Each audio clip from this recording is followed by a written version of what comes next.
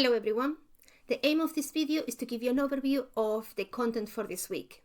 This week we will be looking at water chemistry, physicochemical parameters that are important when monitoring freshwater and seawater bodies, specifically salinity, the water cycle, and something called residence times. And we'll also be looking at the chemical and physical properties of water, and why the ones that are specifically related to environmental issues. And we will be looking at the process of hydration and complexation.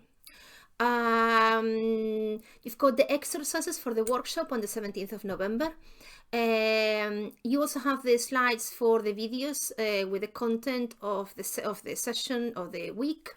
You've got a series of videos on water chemistry with the different aspects that need to be covered, that we are covering in these learning outcomes.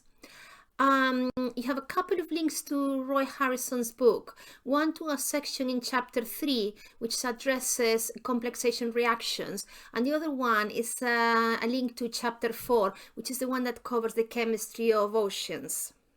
And a couple of optional resources. One is a review from 2010 called Chelation in Metal Intoxication.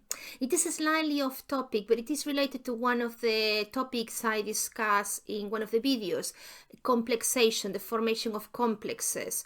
And I thought you would find it interesting because there's something called chelation therapy, which is the use of chelates, of ligands, which I do explain what the ligand is in the final video, to remove metal ions from the body as a result of metal poisoning. So I thought that you find it interesting to see how the use of coordination chemistry and the use of ligands is used in outside environmental context.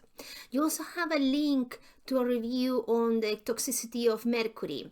The reason is because there are a couple of sections that talks about mercury 2+, which the paper calls mercuric mercury, and it mentions chlorocompounds that I also mentioned in one of the videos.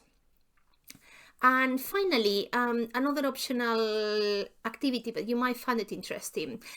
I don't know if you know this, but on the 22nd of March we celebrate World Water Day.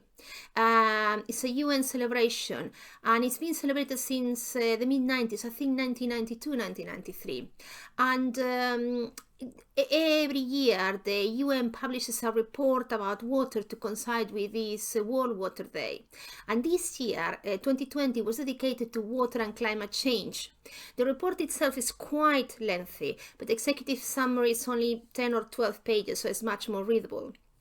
I'm also giving you a link to a video, a minute and a half video that was released to coincide with this year's World Water Day, which I thought you would find interesting. So this is all from me. If you have any questions, please do post in the discussion boards, questions or comments. I'm subscribed to the boards, both the one about assessment and the general one, and I will get a notification when you post. I hope you enjoy the week, and thank you for watching.